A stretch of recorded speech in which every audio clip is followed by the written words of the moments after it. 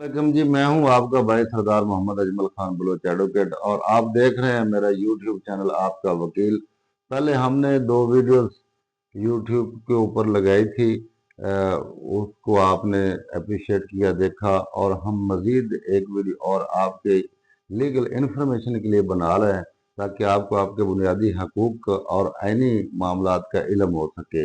ये वीडियो जो हम बना रहे हैं और ये लीगल अवेयरनेस के लिए, ताकि लोगों के अंदर जो है वो लीगल अवेयरनेस, कानून की आगाही पैदा हो सके। तो पहले हमने 154 CRPC सेक्शन का हमने बताया था कि जब भी कोई इंफॉर्मेशन SHO को मिलती है, जब भी कोई कॉग्निजेबल ऑफेंस मेड आउट होता है, तो SHO पाबंद है कि वो उस एप्लीकेशन के ऊपर FIR दर्ज करे।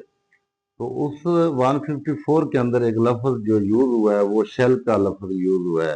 शेल का मतलब ये है कि वो लाजमी ही पाबंद है वो SHO कि वो उसको जो एप्लीकेशन है उसको रजिस्टर करे।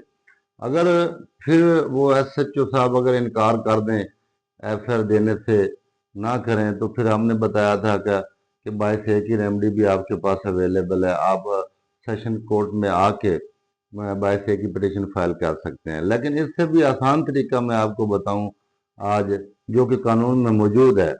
दफ़ा 166 के तहत अगर कोई पुलिस ऑफिसर, SHO या इन्वेस्टिगेटर ऑफिसर आपकी कार्रवाई नहीं कर रहा, आपकी FIR नहीं दे रहा, जो कि आपका बुनियादी हक है FIR दिलवाना, अगर वो अपनी फराज मनसबी से कोताही बरत रहा है, गफलत बरत रहा है, तो उसके लिए भी कानून बिल्कुल वाज़ेह है और मौजूद है। हाँ, उसके लिए आप 166 के जो सेक्शन है PPC का, उसके ताबे आप इलाका मजिस्ट्रेट को एक एप्लीकेशन फाइल करेंगे और साथ ही आप 155C की जो है वो उसमें इस्तदा करेंगे कि ये मेरी कार्रवाई जो है, जो कि कॉग्निजेबल ऑफेंस मेड आउट होता था, वो SHO साहब ने मेरी FIR नहीं दी, इसी वजह से इलाका मजिस्ट्रेट को जो है वो अख्तियार हासिल है। और आप एप्लीकेशन जब देंगे 166 PPC के तहत, तो साथ ही आप 155C की जो कार्रवाई की पुलिस ऑर्डर की जो है साथ इस्तदा करेंगे, तो उसके अंदर जो है SHO को तलब भी इलाका मजिस्ट्रेट कर सकता है। और इसकी सज़ा मैं आपको बता दूं, 2 से 3 साल तक की सज़ा भी है कि अगर कोई SHO जो है वो आपकी FIR नहीं दे रहा, जबकि वो कानूनी तौर पर ड्यूटी बाउंड है, उसकी जिम्मेदारी है कि वो आपकी FIR दे, तो फिर आप इलाका मजिस्ट्रेट के पास वो एप्लीकेशन फाइल कर सकते हैं 166 PPC के तहत। और साथ ही आप 155C जो पुलिस ऑर्डर में दिया हुआ है कि जब भी कोई पुलिस ऑफिसर गलत लापरवाही या अपने अख्तियारात से तजावज़ करते हुए मामलात को डील करे, तो फिर इलाका मजिस्ट्रेट के पास भी अख्तियारात हैं, मौजूद हैं। तो ये रेमेडी भी आपके पास मौजूद है जो कि आप अवेल कर सकते हैं।